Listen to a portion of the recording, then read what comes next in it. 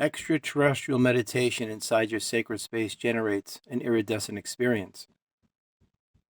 This is what allows your energies to merge in creative unity with the collective consciousness of God. Meditating in motion with your eyes wide open. If you get the chance, if you're interested in meditating, try to do it in some form or body of water. A bathtub, a pool, the ocean. The ocean is the most preferable of all, of course. But if you have no access to an ocean and you live in a landlocked state, a river, a pond, a stream, a lake, whatever you can, because the connection of water allows for a more iridescent experience. Just as we are in our mother's womb in the placental fluids, which is water. The body is comprised of water. The air we breathe is water. The earth is mainly water. Water is the primary conduit that allows these energies to facilitate transfer effortlessly and easily. So doesn't it make sense to meditate in some form of water? A bathtub, if you don't have a pool. A pool, if you don't have access to a river, a stream, a lake, a pond. And of course, if you have access to an ocean, that's the best place. But just try it. Try to meditate in water. It's a completely different experience.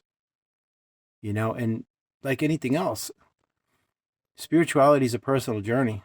That's why there is no one way to do anything. For me, my spirituality means something completely different than what it's going to mean to you. So that's why I don't try to pontificate or profess this or that, because it doesn't make any sense for me to do that. First off, I'm not that type of a person to pretend to be better than anybody, because nobody's better than anybody. Nobody's worse than anybody. Everybody's equal. The only difference is that makes us different as people is the level of gradation of talents and abilities we possess. Other than that, within the eyes of God, we are all of equal value and equal worth, and not just human beings, but all creatures. So try to meditate in any form or body of water. It makes for an iridescent experience. Absolutely. It's vastly different than meditating in a room alone with your eyes closed in a specific physical posture with your, usually like a horse stance or something like this, or an Indian stance they used to call it, with your arms resting on your lap with your palms up. Just so you know, when you meditate, if you have both palms up, you're in absolute receiving mode. If you have both palms down, you are in absolute giving mode. I always meditate with one hand up, one hand down. It's giving and receiving. Because without one, there is no other. So if you're just in giving mode, then you are taking things away from yourself. If you are in receiving mode, then you're giving to others and not giving to yourself. It has to be a reciprocity.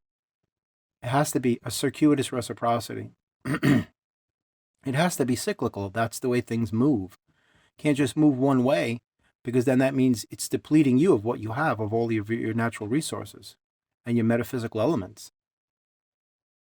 Because if it's always take on someone else's end from you, then you'll be left depleted and fatigued.